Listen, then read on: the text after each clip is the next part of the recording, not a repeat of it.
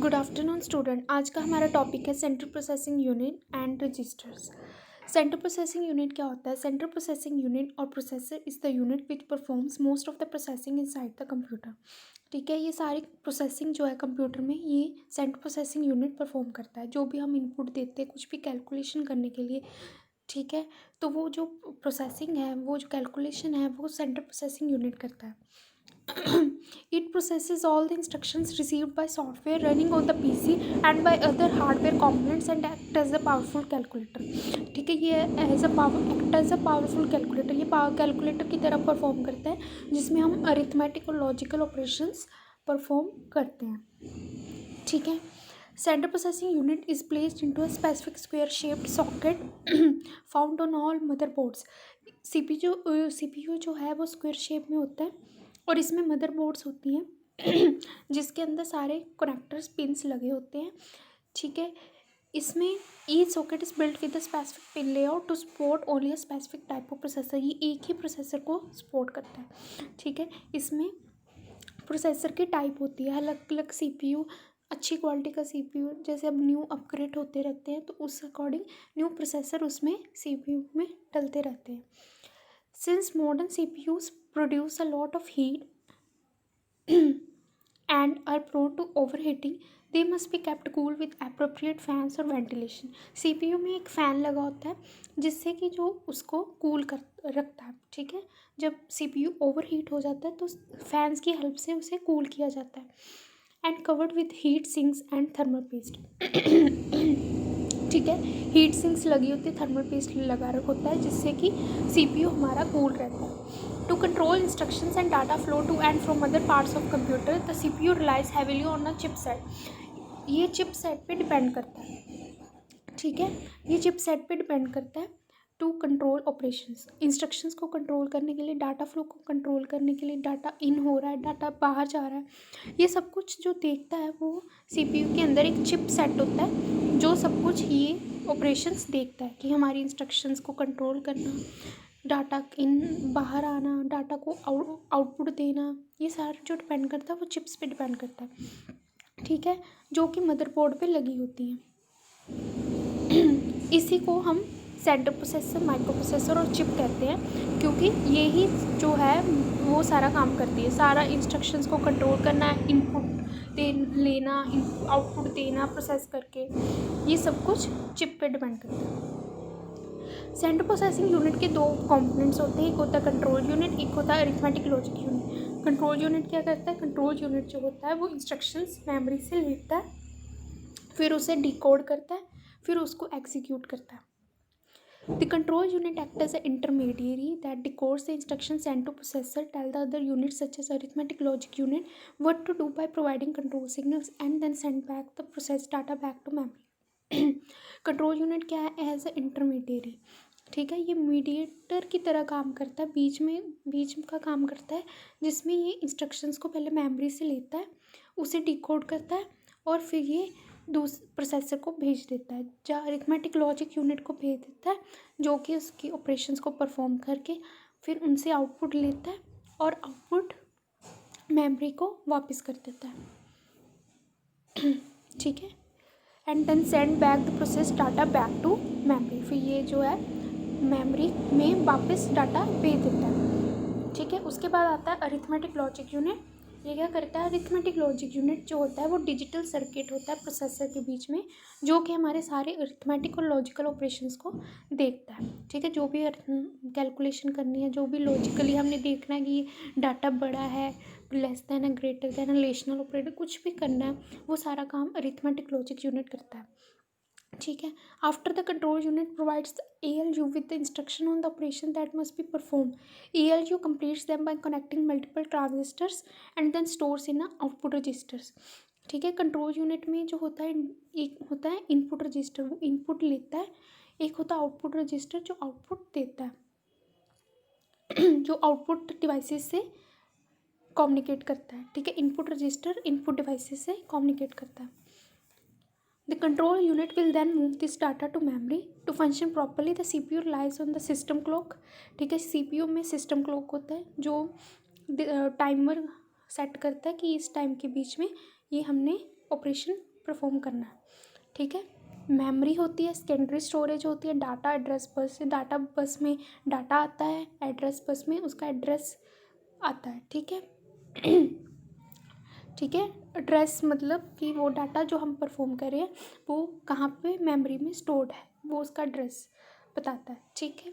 Smaller devices, mobile telephones, calculators, health, gaming system, tablets, ये सारे small size processors use करते हैं, जैसे कि ARM CPU to accommodate their reduce size और स्पेस, ठीक है।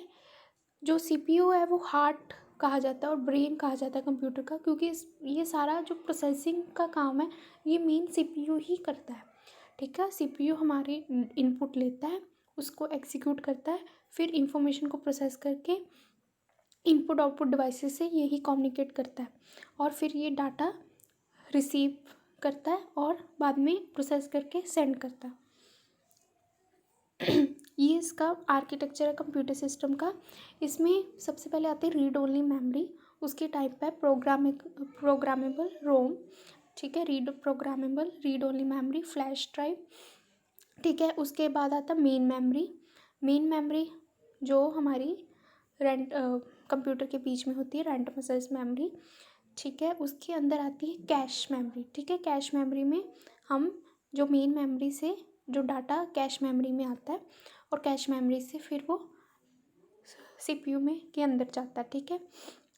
उसमें आता है कंट्रोल यूनिट, एक आता है अरिथमेटिक लॉजिक यूनिट, दो पार्ट्स में डिवाइडेड है CPU, ठीक है। जो कंट्रोल यूनिट होता है वो डिकोड पहले तो करता है इंस्ट्रक्शंस को, फिर इसमें ये सारे रजिस्टर्स है ये अपना काम करते हैं, ठीक है। ये हम एक्सप्लेन करते हैं मैं अभी आपको। उसके बाद ये अरिथमेटिक लॉजिक यूनिट में एक्यूमुलेटर रजिस्टर है, ठीक है। जो मेन प्रोसेसिंग का काम है वो एक्यूमुलेटर रजिस्टर में ही होता है, जो भी कैलकुलेशन वगैरह परफॉर्म होती है वो एक्यूमुलेटर रजिस्टर में ही होती है, ठीक है। जनरल पर्पस रजिस्टर्स ये सारे, ठीक है। और ये जो कम्युनिकेट करते हैं इनपुट आउटपुट डिवाइसेस से इनपुट लेते हैं, ठीक है, और आउटपुट बाद में देते हैं टू मेमोरी, ठीक है।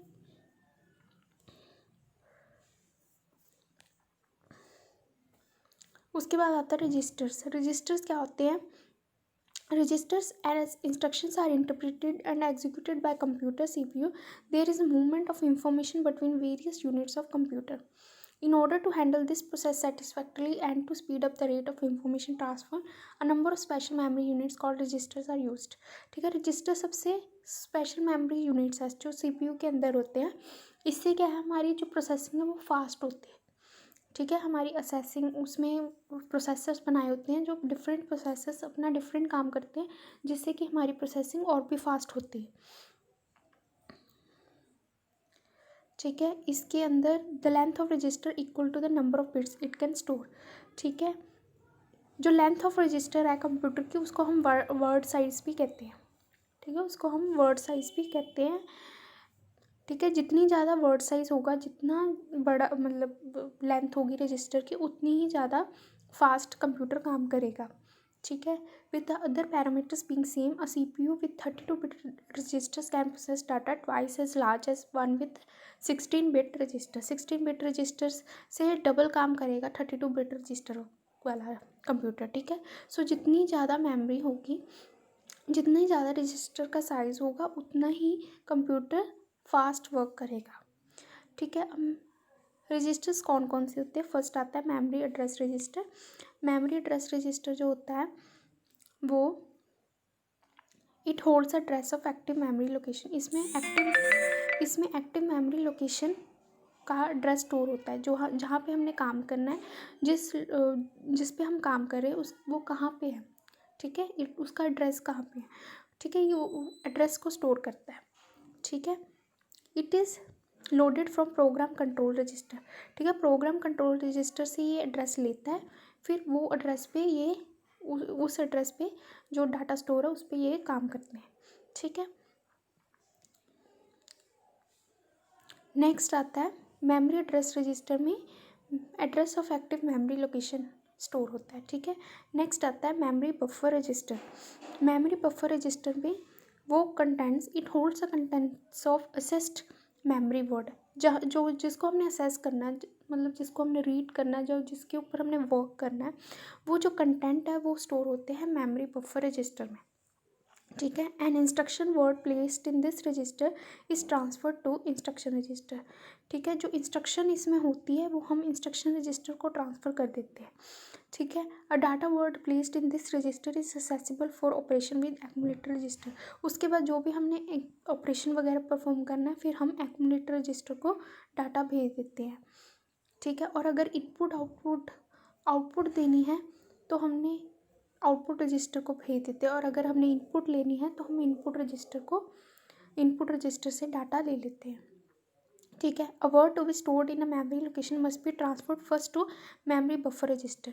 ठीक है, जब भी मेमोरी लोकेशन पे a word to be stored in, जब भी मेमोरी लोकेशन में कुछ भी हमने डाटा स्टोर करना है, सबसे पहले वो मेमोरी बफर रजिस्टर में जाएगा। ठीक है, उसके बाद अगला है program control register. Program control register क्या करता है, ये address of next instruction store करता है। जो हमने नेक्स्ट इंस्ट्रक्शन कौन सी परफॉर्म करनी है, ये उसका एड्रेस स्टोर करता है। फिर यही एड्रेस वो मेमोरी एड्रेस रजिस्टर को दे देता है जब उस पर हमने काम करना शुरू कर देना है। अगली वाली इंस्ट्रक्शन पे जब हमने काम करना शुरू करना है तो ये एड्रेस मेमोरी एड्रेस रजिस्टर को दे देता है। ठीक है, normally the instructions of a program are stored in consecutive memory locations and are executed in sequence unless a branch instruction is encountered। ठीक है, वैसे तो consecutive होता है कि इसके बाद नेक्स्ट, जैसे 100 एड्रेस पे हम काम करें, उसके बाद नेक्स्ट हम 101 पे जाएंगे, फिर 102 पे जाएंगे। बट कई बार ऐसा नहीं होता, कई बार हमें ब्रांच इंस्ट्रक्शन पे काम करना पड़ता है, जब 100 के बाद सीधा हमें 110 पे आते हैं। ठीक है, तब हम प्रोग्राम कंट्रोल रजिस्टर में स्टोर कर देते। जब हम 100 एड्रेस पे काम करें तो हम स्टोर करेंगे कि प्रोग्राम कंट्रोल रजिस्टर में 110 एड्रेस है। जब 100 एड्रेस पे जो इंस्ट्रक्शन उसका काम ख़त्म हो जाता है तो हम प्रोग्राम कंट्रोल रजिस्टर में जो एड्रेस है वो मेमोरी एड्रेस रजिस्टर को दे देते हैं। फिर वो 110 एड्रेस पे जो पड़ा है डाटा, उस पर ये वर्क करना शुरू कर देता है। ठीक है, नेक्स्ट आता है accumulator register. It holds the data to be operated upon the intermediate results and the results of processing. इसमें जो हमने प्रोसेस कर रहे हैं, ठीक है, ये उसका डाटा स्टोर करता है। ठीक है, जो हमने आउटपुट देनी है, जैसे हमने एडिशन करना है तो एडिशन का जो काम है वो एक्यूमुलेटर रजिस्टर में होता है और उसके रिजल्ट्स को ये स्टोर करता है। ठीक है, it is use during execution of most instruction. ये एग्जीक्यूशन ऑफ मोस्ट इंस्ट्रक्शन के दौरान ये यूज़ होता है। Results of arithmetic operation are return to accumulator register for transfer to main memory. ठीक है, जब ये रिजल्ट स्टोर कर लेता है, जब ये आउटपुट आ जाती है एक्यूमुलेटर रजिस्टर में, तो ये मेन मेमोरी बफर रजिस्टर को अपना रिजल्ट दे देता है। फिर मेमोरी बफर रजिस्टर आगे मेन मेमोरी को रिजल्ट दे देता है। ठीक है, in many computers there are more than one accumulator register.